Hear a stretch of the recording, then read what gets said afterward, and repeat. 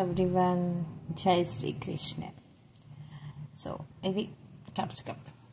నేను ఈరోజు కాన్సెప్ట్ ఏంటంటే కట్ చేసిన కొరికిన అంటే బైట్ చేసిన కొన్ని వెజిటేబుల్స్ మళ్ళీ ఫ్రూట్స్ అన్నమాట. వీటిని సగం కట్ చేస్తే ఎలా ఉంటుంది దాని షేప్ అనేదాన్ని మీకు ప్రజెంట్ చేయడానికని నేను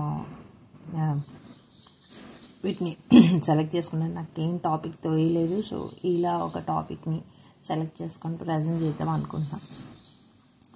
ఇది క్యాప్సికమ్.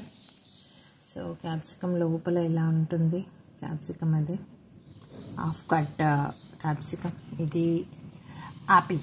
సో యాపిల్ అనే కంపెనీ గురించి మీకు తెలిసి ఉంటుంది. యాపిల్ అనే కంపెనీలో యాపిల్ అనే దాన్ని సగం బైట్ చేసినట్టు ఉంటుంది. ఎందుకు అంటే దాన్ని డిజైన్ చేసిన అతను సంథింగ్, నాకు పేరు ఐడియా లేదు. కాకపోతే అతని ఇంటెన్షన్ ఏంటంటే అతని లైఫ్లో అతనికి ఒక జబ్బు ఏదో ఉంది, కొన్ని రోజుల్లో చనిపోతాడు. సో లైఫ్ ఫుల్ఫిల్ అవ్వలేదు అనేసి ఒక కాన్సెప్ట్ మీద దాన్ని అలా బైట్ చేసినట్టు వాళ్ళకి లోగో క్రియేట్ చేసి ఇచ్చారు. సో ఇది బనానా, బయట కొరికిన బనానా అన్నమాట. ఇది నిమ్మకాయ, లెమన్. సో ఇది ఇంకోటి వచ్చి నేను ఈరోజు ఏమనుకున్నానంటే ఫెయిర్గా వేద్దామని.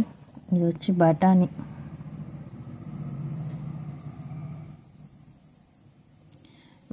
అన్నమాట. బఠానీ ఇలాగే ఉంటుంది. నాకు చూసిన దాంట్లో ఇలానే బఠానీ కనిపించింది అనమాట. సో బఠానీని డ్రా చేసి పెట్టాను. మనం ఎక్కువ బఠానీ యూజ్ చేసి ఉంటాం దీంట్లో,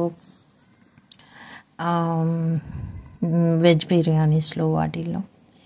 ఇది హాఫ్ కట్టెడ్ ఉల్లిపాయ. సో ఆనియన్ కట్ చేస్తే ఇలానే ఉంటుంది లోపల.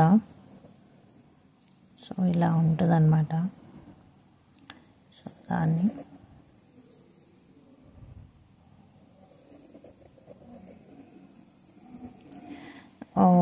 ఆనియన్ ఇలా లోపల ఎలా ఉంటుంది అనేది మనకి ఐడియా కోసం ఇది డ్రా చేశాను.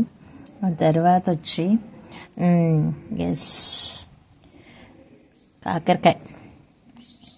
కాకరకాయ పీసెస్ అన్నమాట. ఇలా ఉంటుంది, ఇట్లా విత్తనాలతో కలిపి కాకరకాయ ఇలా ఉంటుందని ఒక స్లైస్ని ప్రజెంట్ చేశాను అన్నమాట. వ్యూస్ అయితే బాగానే వచ్చినాయి.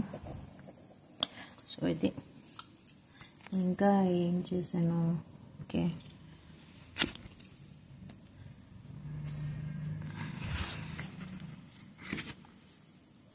Time waste. ఓకే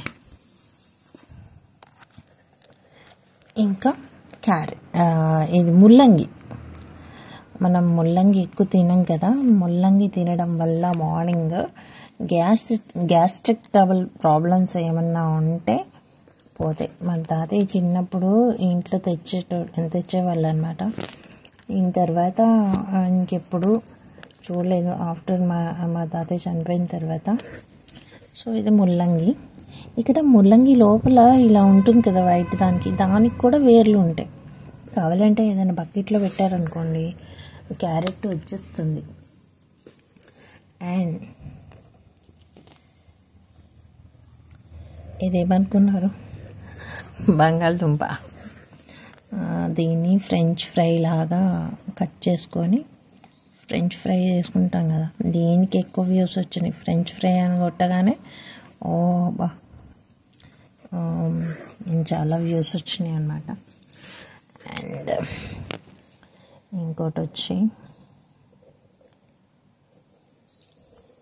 కొబ్బరి బోండం. ఇది కూడా ఓపెన్ కొబ్బరి బోండమే కదా, కొట్టిందే కదా, అట్లా విత్ స్ట్రా.